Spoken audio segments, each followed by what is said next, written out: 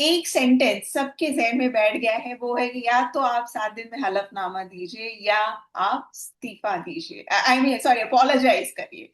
तो ये जो पर्टिकुलर स्टेटमेंट इलेक्शन कमीशन ने करा, and I wouldn't refrain from saying that कि ये थोड़ा एग्रेसिव स्टेटमेंट था। और ये सबको पता है, हालांकि उन्होंने नाम नहीं लिया, बट उन सबको पता है वो लीडर ऑफ ऑपोजिशन के लिए था।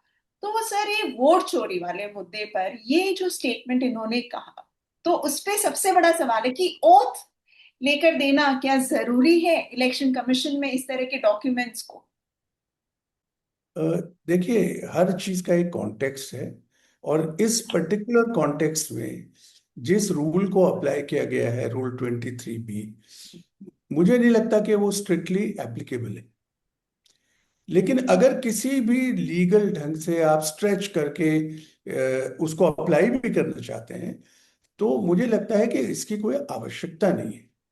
क्योंकि जब व्यक्ति, वो किसी भी ओहदे का या दर्जे का हो, ये अलग है, आपके सामने एक ऐसी बुनियादी बात रख रहा है कि जिस इलेक्टोरल रोल के आप कस्टोडियन हैं, उस इलेक्टोरल रोल में इस किस्म की इरेगुलरिटीज हमने ऑब्जर्व की है।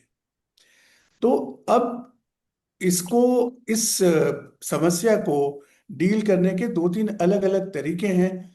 पहली बात तो यह है कि आपको जो शिकायत करता है उसके मोटिव पे नहीं जाना चाहिए। वो तथ्य क्या रख रहा है आपके सामने, उसको देखना चाहिए। करेक्ट। मोटिव कुछ भी हो सकता है। अच्छा, दूसरी चीज यह है कि क्या वो आपकी प्रणाली में कोई त्रुटि आपके सामने रख रहा है, या वो आपके ऊपर इल्जाम लगा रहा है। ये भी एक अलग बात है।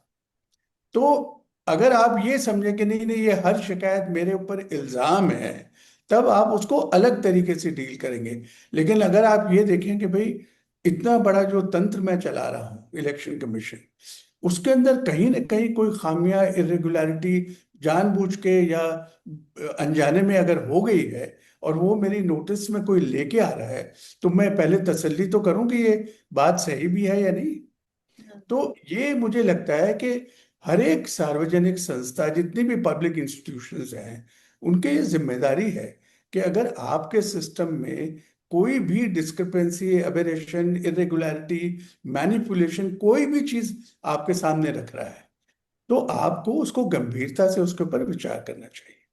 तो सर ये आपके हिसाब से इन्हें क्या करना, क्योंकि अभी हम देख रहे हैं कि ये press conference leader of opposition का जब से हुआ है अभी तक इलेक्शन कमीशन ने कोई स्टेप एटलीस्ट पब्लिक डोमेन में ये चीज आई नहीं है। तो इस सिचुएशन में अब क्या किया जा सकता है, क्योंकि ना इलेक्शन कमीशन कुछ कर रहे हैं और राहुल गांधी ऑफ कोर्स वो तो देना देंगे नहीं एफिडेविट। तो इसमें जो ओवरऑल मुझे समझ आ रहा है नुकसान तो जनता का ही हो रहा है, क्योंकि डेमोक्रेसी पे सवाल उठ रहा है यहाँ पर। नहीं, ये तो बिल्कुल सही है, लेकिन मुझे ये जानकारी नहीं है कि इलेक्शन कमीशन ने कोई इसके बारे में तहकीकात की है या नहीं की। ये तो मुझे नहीं पता, क्योंकि पब्लिक डोमेन में ये बात आई नहीं। नहीं है। लेकिन एक चीज तो है कि जिसको प्रमाणित किया जा सकता है, जिसको परखा जा सकता है, कि ये जो एनालिसिस सामने आया है, ये शायद उस वक्त के इलेक्टोरल रोल का एनालिसिस है जब इलेक्शन हुए थे कर्नाटक में, या जनरल असेंबली इलेक्शन। इलेक्शन, हाँ। जी जी, लोकसभा में, लोकसभा इलेक्शन। लोकसभा में जी।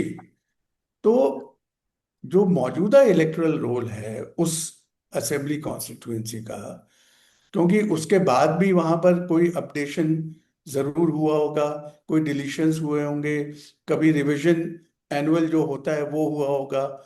तो क्या ये अबेरेशंस, डिस्क्रिपेंसीज अभी भी उस मौजूदा इलेक्टोरल रोल में हैं या नहीं है, ये चीज तो देखी जा सकती है हमेशा।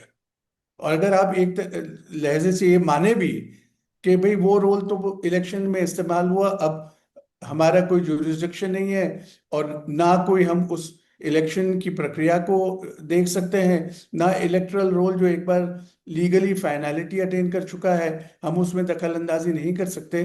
तो वो एक नजरिया है या एक तरीका है। लेकिन दूसरा तरीका ये भी है कि जो वर्तमान इलेक्टोरल रोल है, क्या उसमें ये खामियां हैं अभी भी, इसको तो परखा जरूर जा सकता है।